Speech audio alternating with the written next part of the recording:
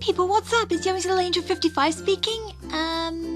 I'm gonna do this review a little bit differently because this was actually a special and there wasn't really much to react to before. And in case you're wondering what I'm talking about Super Danganronpa 2.5. When I first read the title, Nagito Kamada and the Destroyer of the World, I thought it sounded like a Harry Potter fanfic. I mean, say the title out loud and try not to think of Harry Potter. You can't. It's difficult. I remember reading somewhere before that this was supposed to be a dream because I remember the plot was supposed to be set after Kamada went into his coma in the second game. I mean, how else can you explain the confusing timeline? Like, you just died and you went to hell just because you thought you weren't worth living for? Rubbish! But as I said before, there wasn't really much to react to apart from this. What the f***? And... oh, f*** yes. But after I watched it, I thought it was rather interesting. The whole world was basically just a dream based on Kamada's desire after he, so-called, died. It was kind of like an Alice in Wonderland fanfic in a way, but it actually happened. I thought it was interesting because in a way we got to know Kamada a little bit more. I mean, I learned that his main desire in his life is just that he wanted friends.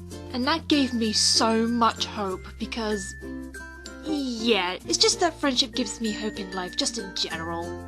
It's a long story, I won't go into that. At the same time, I also learned that Kamada is a big Sonya shipper and Kazuichi is the best Sonya cosplayer. And no offense to Cleo and Kit who are probably watching this right now because you two make lovely Sonya cosplayers.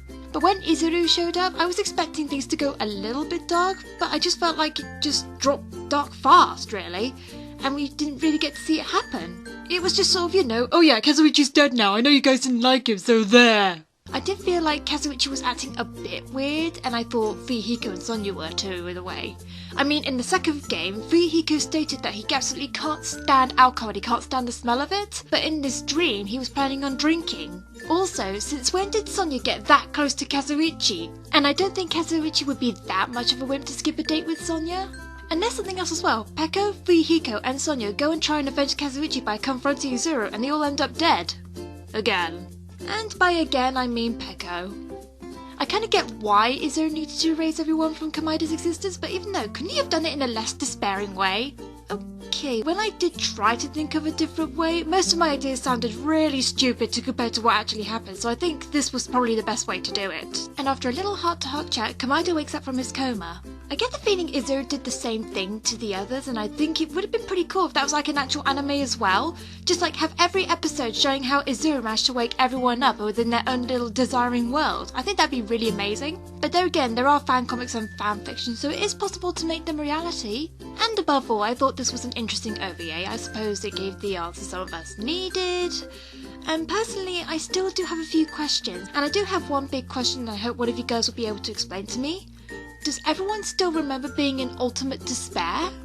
I mean, one of my other questions were answered of the fact that everyone does remember their school days of Hope's Peak Academy, but what about their despair lives? That's what I'm still confused about, and I hope Kamada learned his lesson about trying to kill everyone because they were remnants of despair despite the fact that they don't remember being in it anymore. If it ain't broke, don't fix it. But still, I rather liked watching this OVA, and I hope you guys did too. In a way, it was an emotional summary on anything Danganronpa related.